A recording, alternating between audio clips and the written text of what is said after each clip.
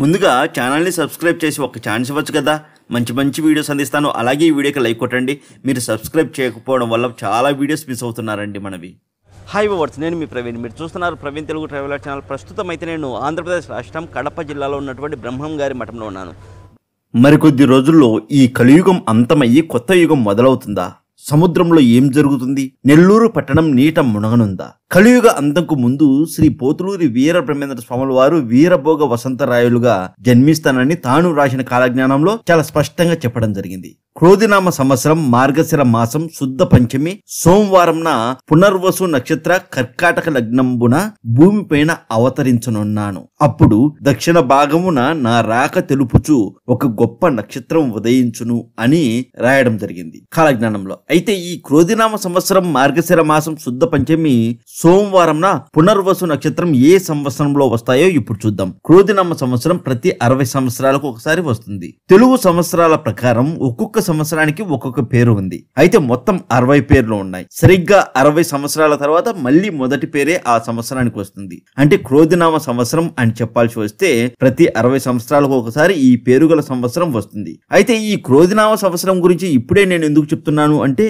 ప్రస్తుతం మనం ఉన్నది క్రోధినామ సంవత్సరంలోనే. అయితే ఇక బ్రహ్మం గారు ఎప్పుడు జన్మిస్తారు అన్నది కాసేపు పక్కన పెడితే శ్రీ పోతులూరి వీర బ్రహ్మేంద్ర స్వాముల వారు రాసినటువంటి కాలజ్ఞానం ప్రకారం ఈ సంవత్సరంలో కొన్ని విపత్తులు జరుగుతాయి అని వ్రాయటం జరిగింది. అంటే ఈ క్రోధినామ సంవత్సరంలో ఈ ఉగాది అంటే ఈ ఏడాది మార్చి 30, 2025 తేదీన ఉగాది పండుగ జరుపుకోనున్నాం. కావున ఉగాది దాటితే క్రోధినామ సంవత్సరం వెళ్లి వేరే సంవత్సరం మొదలవుతుంది. పోయిన సంవత్సరం ఉగాది నుంచి ఈ సంవత్సరం ఉగాది వరకు క్రోధినామ సంవత్సరం ఉంటుంది. అయితే ఈ ఉగాది అంటే మార్చి 30 వరకు మనం క్రోధినామ సంవత్సరంలోనే ఉంటామండి. మీకు అర్థమై ఉంటుంది అనుకుంటున్నాను.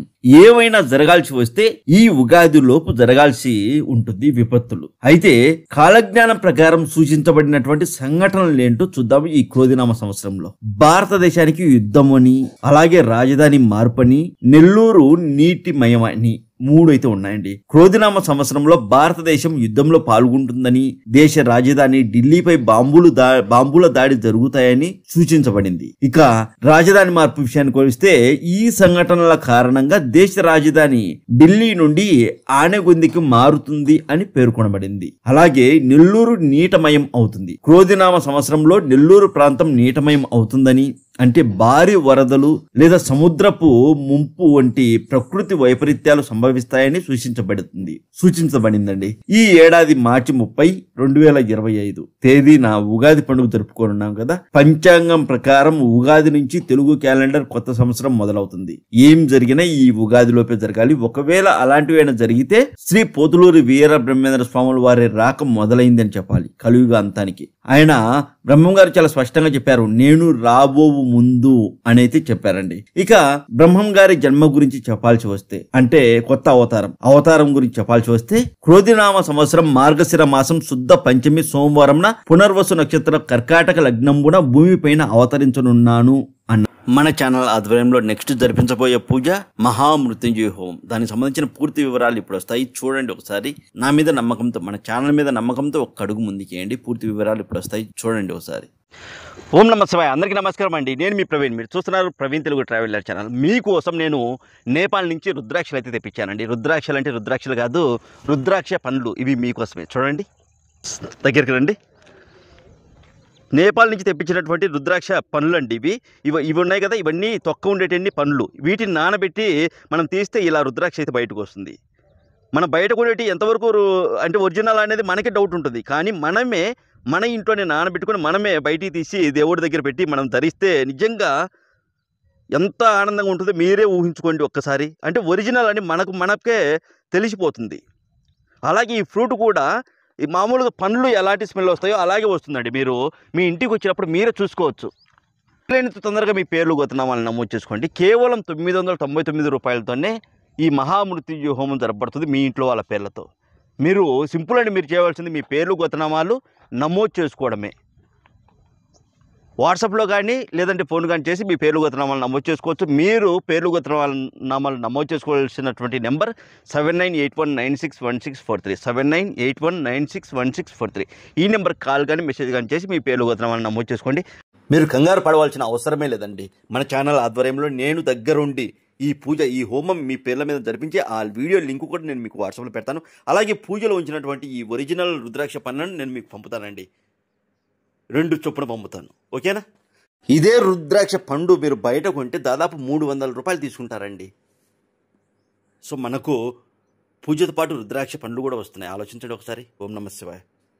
ఇక శ్రీ పోతులూరి వీరబ్రహ్మేంద్ర స్వాముల వారు సజీవ సమాధి అవ్వడానికి ముందు ఆయన చేసినటువంటి ఆ స్వామివారు చేసినటువంటి అద్భుతాలు కూడా మనం చూద్దాం. కక్కయ్య అనే తన భక్తుడు, తన శిష్యుడు తన భార్యను ముక్కలుగా చేస్తే బ్రతికించారండి స్వామివారు. ఇక పెద్ద కోమెర్ల అనే ఊర్లో అయితే ఒక భూస్వామి చనిపోతే ఆయన్ను కూడా బ్రతికించారు. ఇక అచ్చమాంబ గారి కుమారుడైనటువంటి బ్రహ్మానంద రెడ్డి గారు పుట్టుకతోని గుడ్డివారు అయితే శ్రీ పోతులూరి వీరబ్రహ్మేంద్ర స్వాముల వారే తన తపోశక్తితో కంటి చూపు కూడా ప్రసాదించారు. ఇక బ్రహ్మంగారు శ్రీ పోతులూరి వీరబ్రహ్మేంద్ర స్వాముల వారు రవ్వలకొండ సమీపంలో ఆవుల చుట్టూ కూడా ఒక గీత గీసి ఆవులు గీత దాటకుండా చేసేవారు అన్నట్టు. ఒక గీత మనం అయితే గీసి ఆవులను దాటకుండా చేయగలమా? సరే, మీరే ఆలోచించండి. ఇక గోల్కొండ నవాబు ఏమైనా నాకు మహిమలు చూపి నేను నమ్ముతాను అన్నప్పుడు శ్రీ పోతులూరి వీరబ్రహ్మేంద్ర స్వాముల వారు నీటితో జ్యోతులు వెలిగించారు. జ్యోతులు అంటే దీపం వెలిగించారండి. ఇక కర్నూలు జిల్లాలో ఉన్నటువంటి యాగంటి నందీశ్వరుల వారు రోజు రోజుకి పెరుగుతారని శ్రీ పోతులూరి వీరబ్రహ్మేంద్ర స్వాముల వారు కాలజ్ఞానంలో ఎప్పుడో చెప్పుకొచ్చారో అది ఇప్పుడు సైంటిఫిక్ గా కూడా ప్రూవ్ అయ్యింది. ఇక ఇది వచ్చేసి బ్రహ్మంగారి మఠంలోనే జరిగిందండి. పోలేరమ్మ గుడి దగ్గరికి వెళ్ళినటువంటి శ్రీ పోతులూరి వీరబ్రహ్మేంద్ర స్వాముల వారు పోలేరు చుట్టకు అగ్గినిప్పు తీసుకురా అని అనగానే కొన్ని వందల మంది చూస్తూ ఉండగా నిప్పు తీసుకువచ్చారు అమ్మవారు పోలేరమ్మ తల్లి. ఇంకా ఇంతకంటే గొప్ప విషయాలు ఏముంటాయి? ఈ కొద్ది రోజుల్లో సునామీ లాంటివి వస్తాయో అని భయపడాల్సిన అవసరం లేదండి. ఇప్పుడే కాదు, ఇంకా చాలా సమయం ఉంది కలియుగ అంతానికి.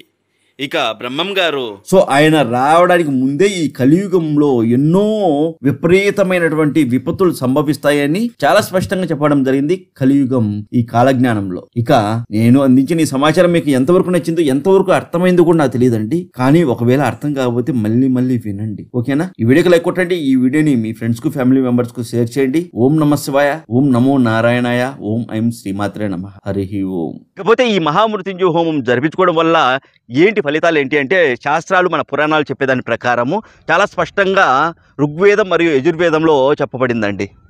ఏమని అంటే, ఈ మహామృత్యుంజయ హోమం జరిపించుకోవడం వల్ల అకాల మరణాలు తప్పించుకోవచ్చు, ఆరోగ్య పరిస్థితుల నుంచి అంటే ఆరోగ్య సమస్యల నుంచి బయటపడవచ్చు అని శాస్త్రాలు అయితే చెప్తున్నాయండి.